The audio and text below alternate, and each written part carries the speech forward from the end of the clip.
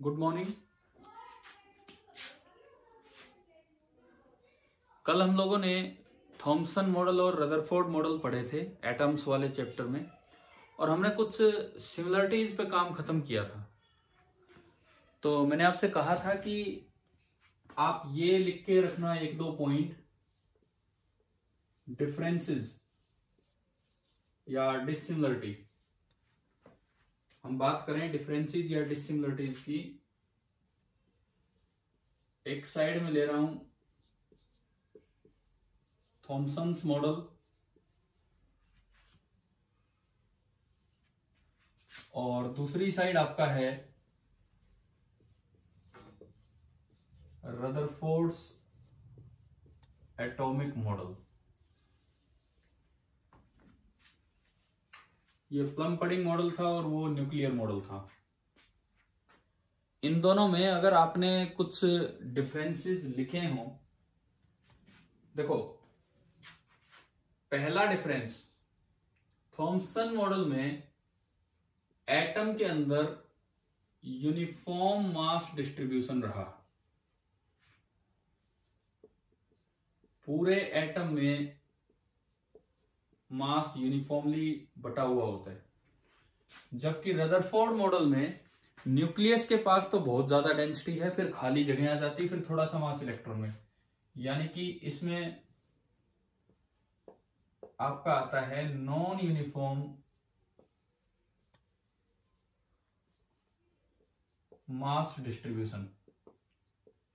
एक में आया यूनिफॉर्म मास डिस्ट्रीब्यूशन और एक में आता है नॉन यूनिफॉर्म मास डिस्ट्रीब्यूशन। पहला डिफरेंस हमारा ये बना है ना भाई, समझ आ गया होगा आपको ये डिफरेंस, जिस तरह का आपने कल मॉडल पढ़ा था वो, ठीक है। दूसरी बात, इसमें अगर आप इलेक्ट्रॉन देखते हैं तो net force on electron is 0, वो रुका रहता है, आराम से बैठा है। जबकि इसमें इलेक्ट्रॉन घूम रहा है तो net force on electron that is non zero. एक में नेट फोर्स ऑन इलेक्ट्रॉन 0 है और एक में net force on electron non zero है ना। मॉडल है ना आपके दोनों दिमाग में, जिस तरह से हम ये लिखते जा रहे हैं। अच्छा, एक और डिफरेंस आप देखिए, जो क्लासिकल थ्योरी थी मैक्सवेल की, electromagnetic theory, classical EM theory ये कहती है कि इलेक्ट्रॉन रेस्ट पे है तो ये आराम से रुका रह सकता है, इसकी एनर्जी नष्ट नहीं हो रही है, यानी कि this implies atom is stable. Thomson atom stable है। जबकि अगर आप इधर लगाएं क्लासिकल इलेक्ट्रोमैग्नेटिक थ्योरी, जो आप ईएम वेव वाले चैप्टर में पढ़ के आते हैं, अगर आप इस साइड लगाएं क्लासिकल इलेक्ट्रोमैग्नेटिक थ्योरी, तो ये कहती है कि भाई इलेक्ट्रॉन में एक एक्सेलरेशन है, ये यूं जा रहा है इलेक्ट्रॉन, तो सेंटर की तरफ एक एक्सेलरेशन है, सेंट्रिपिटल एक्सेलरेशन। एंड ये थ्योरी कहती है कि accelerated charge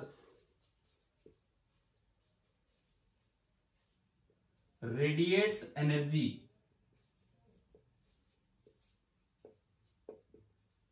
in the form of EM waves. तो इसका मतलब इस इलेक्ट्रॉन की एनर्जी लगातार कम होगी और ये चक्कर यूं छोटा होता और ये बीच में न्यूक्लियस में जाके गिर जाएगा, यानी कि ये एटम स्टेबल नहीं है। तो क्लासिकल थ्योरी के अनुसार रदरफोर्ड का एटम स्टेबल नहीं था और वो कोलैप्स कर जाएगा, जबकि थॉमसन वाले एटम में ऐसी कोई दिक्कत नहीं थी। तो ये कुछ 2-3 डिफरेंसेस हैं जो हमें नोट कर लेने चाहिए। डायरेक्ट भी कहीं पूछे जा सकते हैं बोर्ड एग्जाम टाइप में ना, तो हमें आने चाहिए चीजें।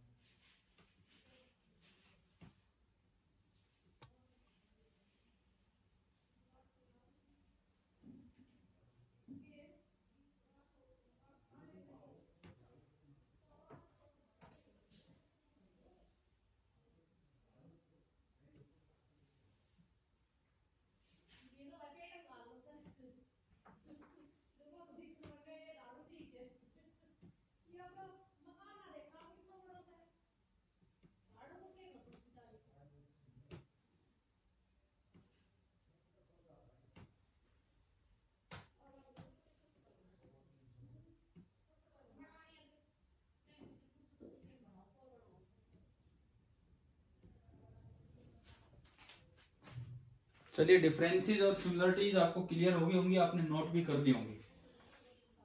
अब यहीं पे जैसे कल हमने पढ़ा था कि भाई थॉमसन मॉडल क्यों फेल हुआ था, क्योंकि वो ये स्कैटरिंग एक्सपेरिमेंट और इन सब चीजों को एक्सप्लेन नहीं कर पा रहा था।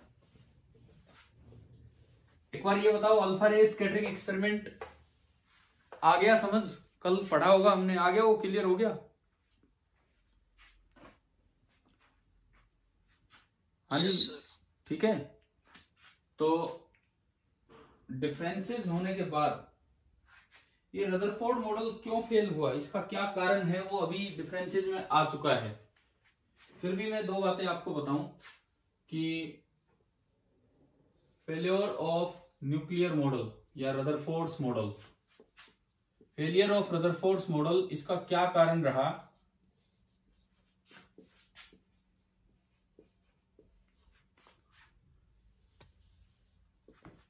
सबसे पहला तो यही है कि अकॉर्डिंग टू क्लासिकल थ्योरी, अभी अभी जो हमने देखा था वो according to classical electromagnetic theory,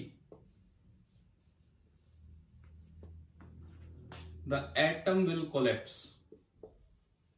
क्यों, उसका रीजन हम देख चुके हैं।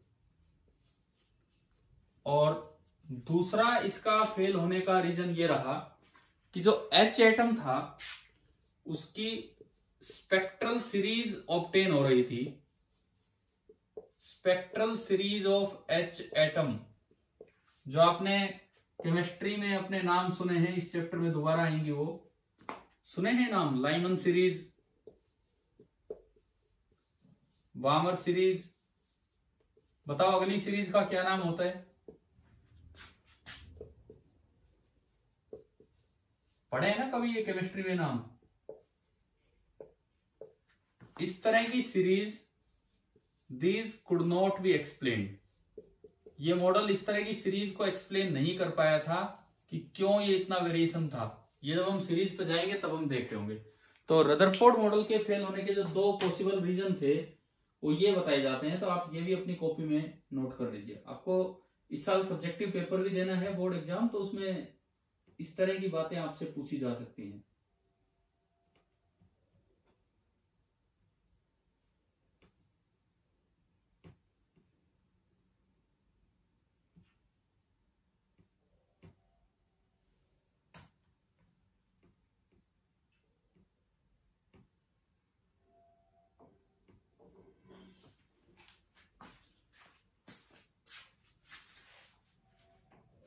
अब देखो, इसमें एक न्यूमेरिकल्स किस चीज पे बन जाते हैं, ये जो रदरफोर्ड वाला मॉडल है या जो अल्फा रे स्कैटरिंग एक्सपेरिमेंट है,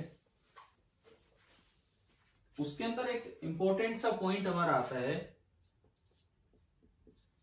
डिस्टेंस ऑफ क्लोजेस्ट अप्रोच।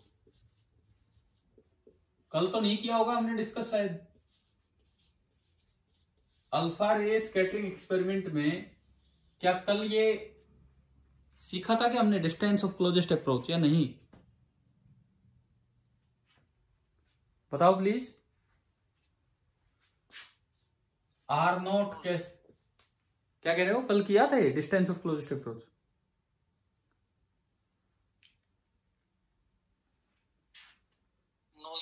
तो अभी देखो फिर इसको ध्यान से। जैसे ये हैवी गोल्ड न्यूक्लियस,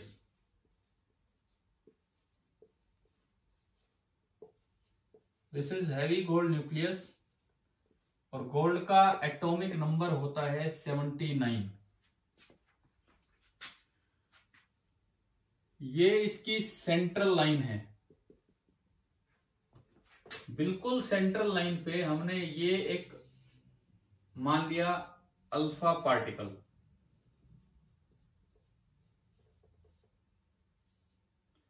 और अल्फा पार्टिकल जब काफी दूर है तो जो इसकी काइनेटिक एनर्जी है उसको मैं ई से डिनोट कर रहा हूं। दरअसल ये ई पूरा मेगा इलेक्ट्रॉन वोल्ट में दिया जाता है इस तरह से। मान लीजिए गोल्ड के न्यूक्लियस का रेडियस है capital R, R nucleus. Alpha particle का रेडियस है आर अल्फा, ये है। अब जैसे आपने इसको फेंका, अब ये दूर है, दिस इज फार अपार्ट, अभी तो ये दूर है। अच्छा ये हैवी है तो मैं इसको मान सकता हूं कि ये स्टेशनरी है, हैवी है तो हम इसको स्टेशनरी मान के चल सकते हैं। अब डिस्टेंस ऑफ क्लोजेस्ट अप्रोच का क्या मतलब है? देखो अल्फा पार्टिकल पे जो चार्ज होता है कितना होता है बताओ, अल्फा का चार्ज कितना होता है भाई? 2 प्रोटॉन 2 न्यूट्रॉन, 2e पॉजिटिव, हाँ 2e 2 प्रोटॉन वाला, ठीक है। हीलियम का कोई चक्कर ही नहीं है, चार्ज कितना है प्लस का 2e। गोल्ड न्यूक्लियस पे कितना चार्ज है ये आप बताओ? गोल्ड न्यूक्लियस पे मैं इसको Q1 बोल देता हूं, इसको Q2 बोल देता हूं। +1 नहीं, 79e। अरे न्यूक्लियस में कुछ प्रोटॉन होते हैं और कुछ न्यूट्रॉन होते हैं। न्यूट्रॉन पे तो चार्ज होता ही नहीं है। प्रोटॉन, कितने प्रोटॉन है, जितना इसका एटॉमिक नंबर होगा उतने प्रोटॉन है। एक प्रोटॉन पे चार्ज E, तो टोटल चार्ज इस पे हो गया 79e। अल्फा पार्टिकल में 2 प्रोटॉन 2 न्यूट्रॉन है तो उसका चार्ज हो गया 2e। समझ आया क्या यहां तक? ठीक है। अब आपने इसको फेंका है, इसको फेंका है तो पॉजिटिव पॉजिटिव को रिपेल करेगा, पॉजिटिव पॉजिटिव को रिपेल करेगा। तो कुछ दूर जाने के बाद देखो, ये अभी मैं कहता हूं कि ये इनिशियल सिचुएशन है, दिस इज इनिशियल सिचुएशन। फिर जब आप फाइनल सिचुएशन बनाएंगे, ये वही गोल्ड का न्यूक्लियस है, जहां है वही है रेडियस ऑफ न्यूक्लियस, ये सेंट्रल लाइन है। मान लो अल्फा पार्टिकल बहुत करीब तक आ गया, लेकिन कहीं तो रुकेगा क्योंकि पॉजिटिव पॉजिटिव को रिपेल कर रहे हैं। This is R alpha. और मैंने कहा कि एक बार ये इंस्टेंटेनियस रेस्ट पे आया, इंस्टेंटेनियस रेस्ट मतलब एक बार रुकेगा एंड देन उसके बाद ये वापस हो लेगा, इस तरह से ये है। तो डिस्टेंस ऑफ क्लोजेस्ट अप्रोच का मतलब है इन दोनों के सेंटर्स के बीच की ये दूरी, इस दूरी को हम कहते हैं distance of closest approach R0। ये आपका R0 है। तो जिगर मास्टर ने एक्सपेरिमेंटली ये R0 पता करने की कोशिश की। कैसे? अब देखो मैं इक्वेशन बना के आपको दिखाता हूं। पहले आप ये बताओ कि आपको ये 2 डायग्राम समझ आ गए हैं क्या? हाँ भाई, 2 सिचुएशन समझ आ गई आपको, इनिशियल और फाइनल? बोलिए प्लीज, क्या ये 2 सिचुएशंस क्लियर है आप सभी को, इनिशियल और फाइनल? Yes sir. ठीक है। अब देखो इस वक्त ये जो इनिशियल सिचुएशन है, मैं अगर पोटेंशियल एनर्जी इनिशियल लिखूं तो वो 0 है, क्योंकि दोनों बहुत दूर हैं, कोई आपस में कोई इंटरेक्शन ही नहीं है, तो कोई पोटेंशियल एनर्जी नहीं है। काइनेटिक एनर्जी इनिशियल लिखूं अल्फा पार्टिकल की, इसमें तो रेस्ट पे है, तो अल्फा पार्टिकल की काइनेटिक एनर्जी E दे रखी है आपको मेगा इलेक्ट्रॉन वोल्ट में, ये E है। उसको हम जूल में कन्वर्ट करना जानते हैं। 1 mega electron volt is equal to 1.6 into 10⁻⁻13 joule. ये इसकी एनर्जी होती है, ठीक है। अब देखो यहां से मैंने इनिशियल एनर्जी लिख ली, अब मैं लिखूं फाइनल एनर्जी Pe फाइनल।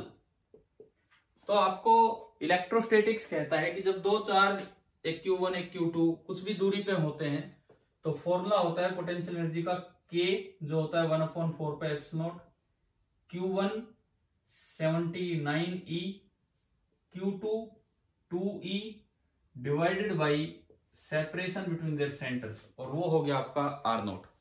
बताओ ये फॉर्मूला याद है? K Q1 Q2/R पढ़ा हुआ है ना हमने, पोटेंशियल एनर्जी का 2 चार्जेस के बीच में फॉर्मूला। और काइनेटिक एनर्जी फाइनल वो तो 0 ही है, क्योंकि अब ये एक बार रुक चुका है। तो ये आपकी आई टोटल एनर्जी बाद में। अब since Coulomb force is conservative, इन पे जो फोर्स लग रहा है आपस में वो कूलम्ब फोर्स है। since Coulomb force is conservative, it means energy can be conserved.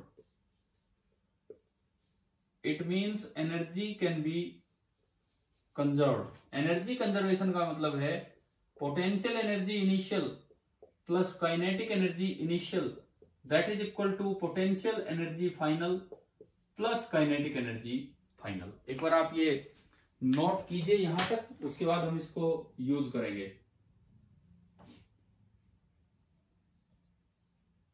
Sir ये 10⁻⁻13 है -80।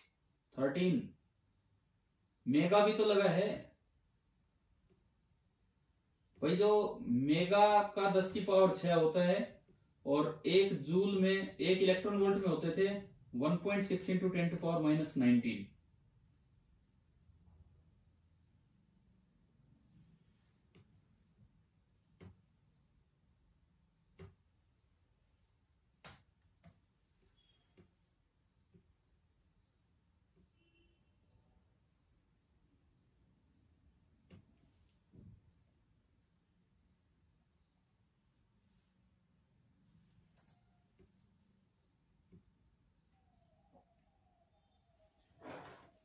तो लगाएं इस इक्वेशन को, ये क्लियर है ना सभी को। 1 इलेक्ट्रॉन वोल्ट में होता है 1.6 इंटू 10⁻⁻19 जूल और मेगा का आ गया 10⁻6।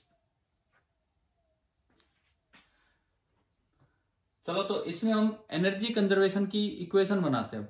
मिटाऊं मैं इसे, लिख लिया हो तो आपने थोड़ा बहुत।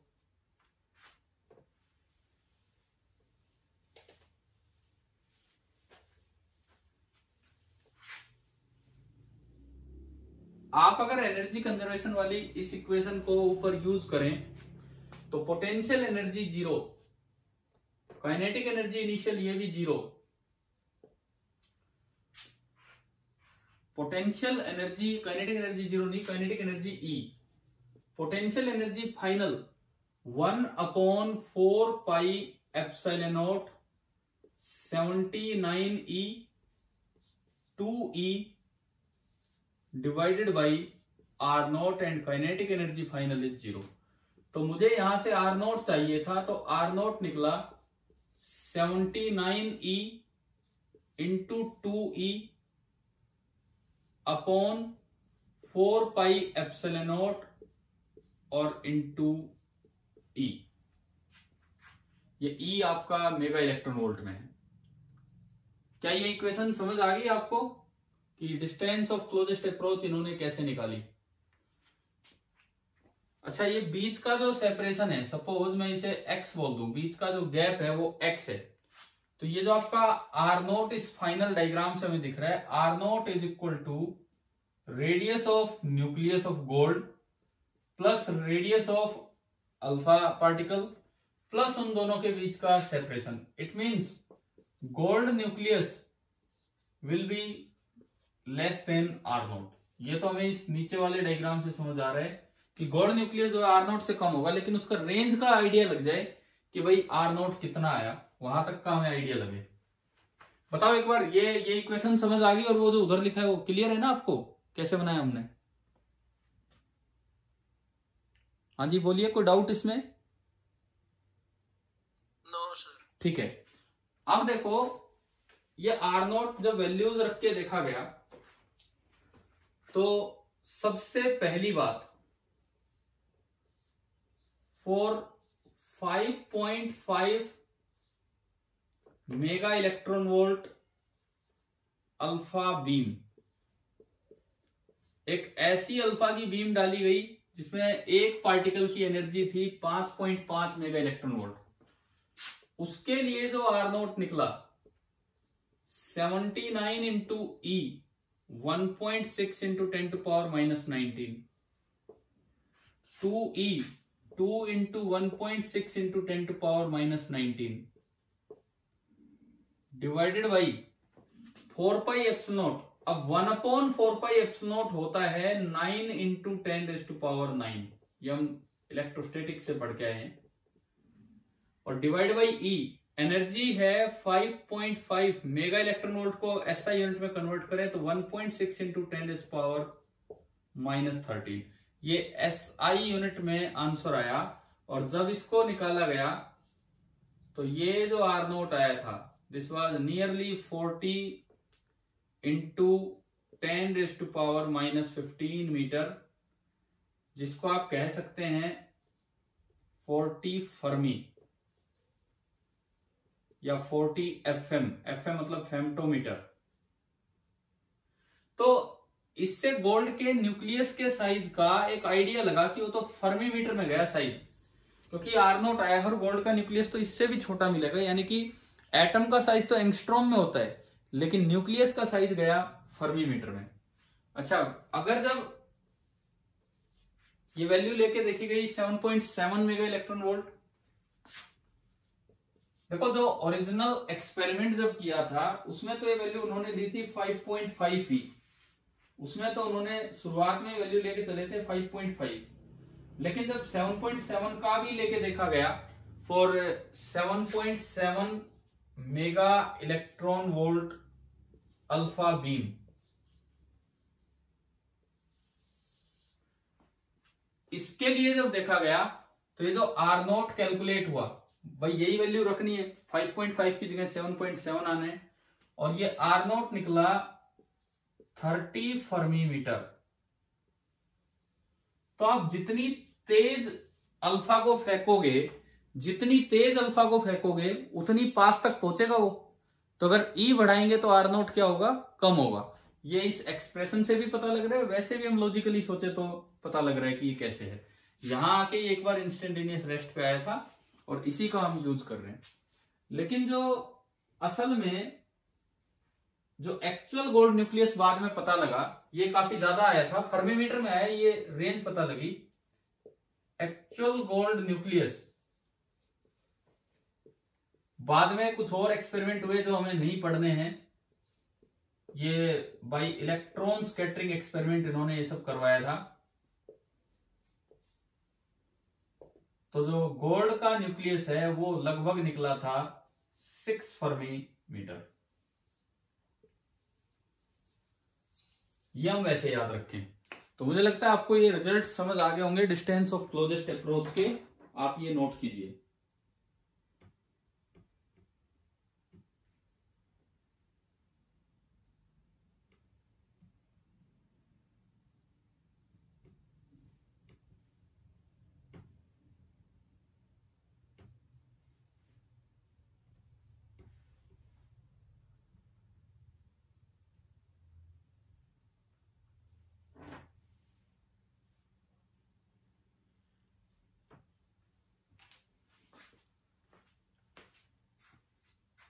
ये वैल्यूज तो अगर याद भी हो जाए तो इसमें कोई नुकसान नहीं है भाई, इतनी छोटी छोटी चीजें हैं जो कभी डायरेक्टली हमसे पूछी जा सकती हैं।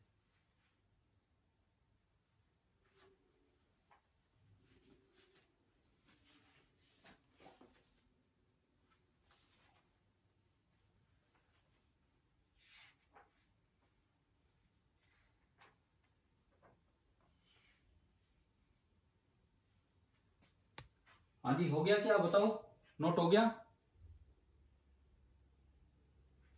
मिटाओ ना मैं इसे।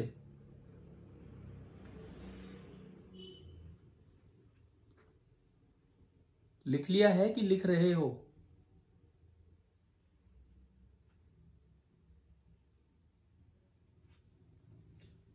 आप कुछ जवाब तो दीजिए।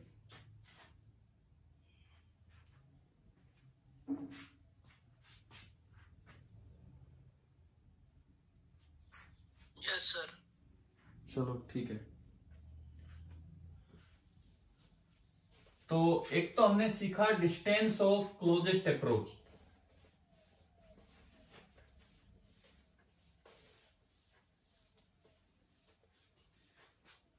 एक उसी अल्फा रे स्कैटरिंग एक्सपेरिमेंट में एक और टर्म आती है जिसको हम नाम देते हैं इंपैक्ट पैरामीटर।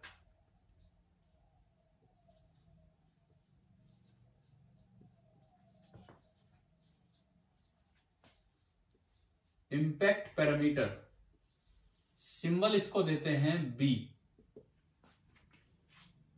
इंपैक्ट पैरामीटर का क्या मतलब है कि जैसे कोई एक गोल्ड का न्यूक्लियस है, ये आपने न्यूक्लियस लिखा,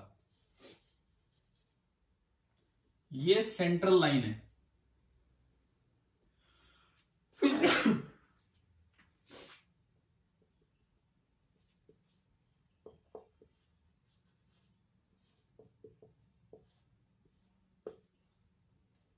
ये सेंट्रल लाइन है गोल्ड न्यूक्लियस की। अब जो अल्फा पार्टिकल आ रहा है कि वो जरूरी तो नहीं है कि वो इसी लाइन पे ही आए, कुछ ऊपर नीचे भी हो सकता है। सेंट्रल लाइन पे आने का तो कम ही चांस है। मान लीजिए कोई अल्फा पार्टिकल ये है और ये यहां जा रहा है, this is the alpha particle, और इसकी एनर्जी है E। ये यूं जाता जाता जाता जाता कुछ स्कैटर हो गया, ये गया इधर, यूं जाता जाता ये स्कैटर हो गया, और जो इसका एंगल ऑफ स्कैटरिंग है वो हमने माना थीटा है। एंगल ऑफ स्कैटरिंग है थीटा।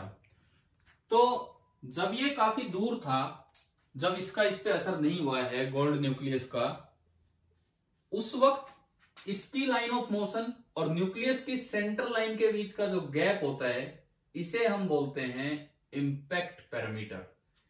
यह आपका होता है इंपैक्ट पैरामीटर। ये दरअसल यूं डिसाइड करता है कि न्यूक्लियस का इस अल्फा पार्टिकल पे कितना इंपैक्ट होना है। अगर बी ज्यादा होगा, more the value of B जितना थोड़ा आप ज्यादा बनाएंगे, न्यूक्लियस की सेंट्रल लाइन से दूर रखेंगे अल्फा पार्टिकल को, लेस इज द इंपैक्ट, असर कम होगा। Less is B, less is theta, sorry.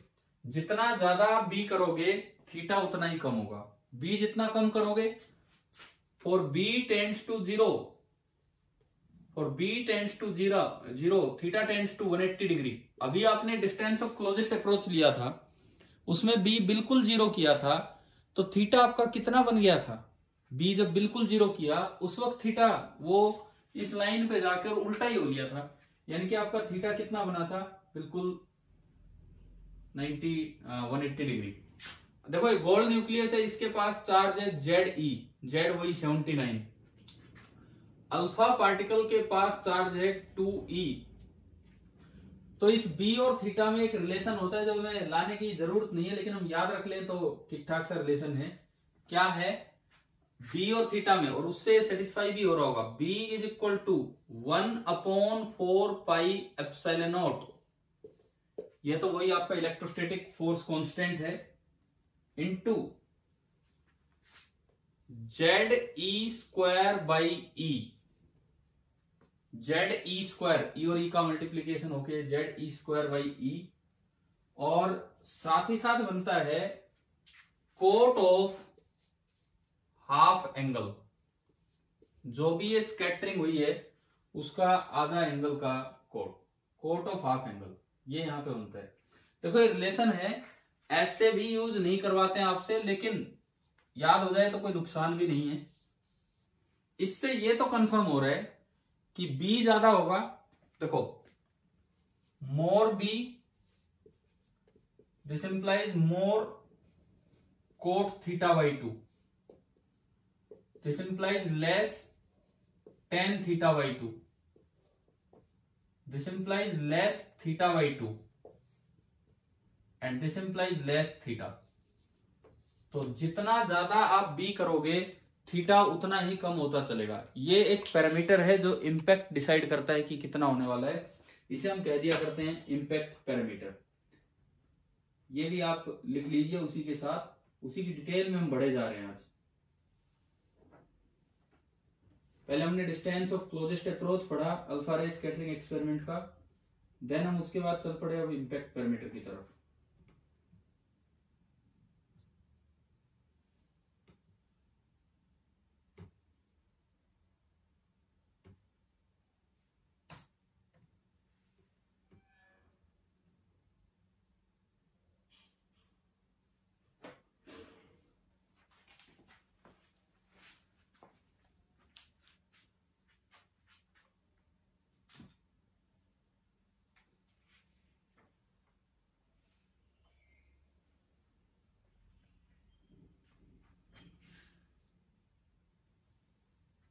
हो गया, नोट हो गया?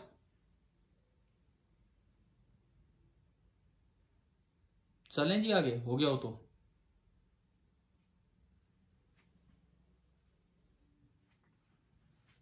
समझ आया कि नहीं इंपैक्ट पैरामीटर का मतलब? आ गया सर। ठीक है, अब देखो अल्फा रे स्कैटरिंग से तो इतनी बातें बहुत है। जैसे मान लो मैं इस पे कोई सवाल लेना चाहूं, सपोज यूं आ जाए, इसी चीज के ऊपर कोई क्वेश्चन हम ले कि अ 5 mega electron volt alpha particle, ऐसे लिखा है, मतलब उसकी इनिशियल एनर्जी आपको दे दी क्या है, is scattered by 10 degree by a gold nucleus, is scattered by 10 degree by a gold nucleus। Gold nucleus ने उसकी 10 डिग्री से स्कैटरिंग कर दी, ठीक है। तो फाइंड इंपैक्ट पैरामीटर मतलब बी, आपको बी निकालना है। सपोज ये आ गया भाई, डायरेक्ट फॉर्मूला है मेरे पास, है ना, मैं लगाऊं ये फॉर्मूला, बी बराबर 1/4π होता है 9 इंटू 10⁻⁹। जेड आपका होता है 79 गोल्ड के लिए, ई 1.6 इंटू 10⁻⁻19 और इसका स्क्वायर अपॉन एनर्जी है 5 मेगा इलेक्ट्रॉन वोल्ट, तो 5 इंटू 1.6 इंटू 10⁻⁻13 का ना, बस इतना ही, ये हो गया 1.6 इंटू 10 इंटू बचा coat theta by 2। Coat theta by 2 को मैं लिख सकता हूं 1/10 थीटा बाई 2, और थीटा कितना दिया है, थीटा स्कैटरिंग एंगल कितना दिया है इसमें 10 डिग्री, तो थीटा बाई 2 आपका हो जाएगा 5 डिग्री। अब ये 5 डिग्री हम कैसे लाएं, बाकी सब तो ठीक हो जाएगा कैलकुलेट, ये 5 डिग्री, तो इसके लिए आपको थोड़ी सी ट्रिग्नोमेट्री लगानी पड़ती है। आप इसको रेडियन में कन्वर्ट कर लो, रेडियन में कन्वर्ट करने के लिए 5 degree into pi by 180 degree, यह आ रहा है 10 ऑफ पाई होता है 3.14 अपॉन ये 5/180 कितना आ रहा है 36, and 3.14 upon 36 is a very small number, and for very small angle tan theta is nearly equal to that angle in radian। पता है कि नहीं पता है, बताओ ये तरीका। तो tan 5 डिग्री की ये वैल्यू आएगी, आप ये यूज इन इक्वेशन 1, इस वैल्यू को tan 5 डिग्री कभी भी जरूरत पड़े इस तरह से निकाल लेना है, यूज इन इक्वेशन 1, और जो इसका आंसर बनेगा वो बी बनेगा 260 फर्मी मीटर, मतलब 260 गुना 10⁻⁻15 मीटर। हमने इसी फॉर्मूले का यूज करते हुए ये क्वेश्चन सोल्व किया, और साथ ही साथ ये देखा कि फॉर स्मॉल एंगल आप tan थीटा की वैल्यू कैसे निकालते हैं, ये भी आप बना लीजिए, नोट कर लीजिए।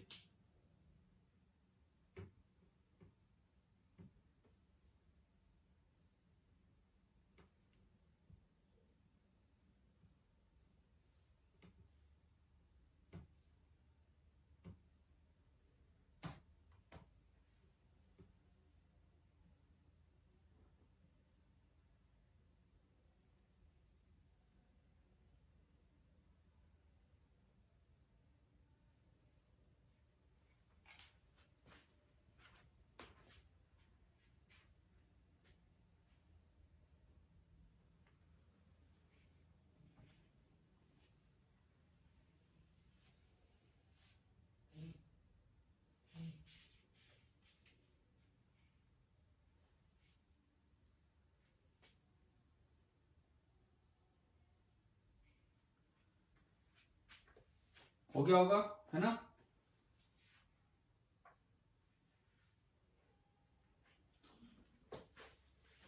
एक इसी एक्सपेरिमेंट से रिलेटेड एक और रिजल्ट है। फॉर्मूला तो बहुत बड़ा है, उस फॉर्मूले में से एक रिजल्ट निकल के आता है। दरअसल ये आगे मॉडर्न फिजिक्स जब 12th के बाद जाती है तो वहां पे डेराइव होते हैं सारे फॉर्मूले कि भाई कितने पार्टिकल्स, ग्राफिकल हम वेरिएशन देख रहे हैं, variation of n with theta, variation of n with theta. अब इसमें है वही अल्फा रे स्कैटरिंग एक्सपेरिमेंट, उसी का।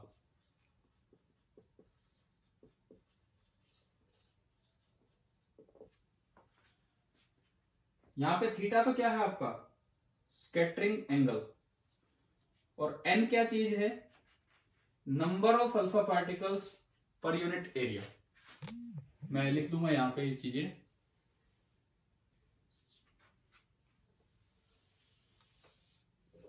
ये तो हम ले रहे हैं scattering angle theta,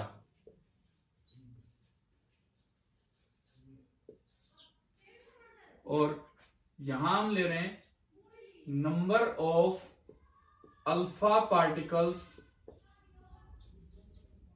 incident per unit area, या scattered by unit area of gold foil, scattered by unit area of gold foil.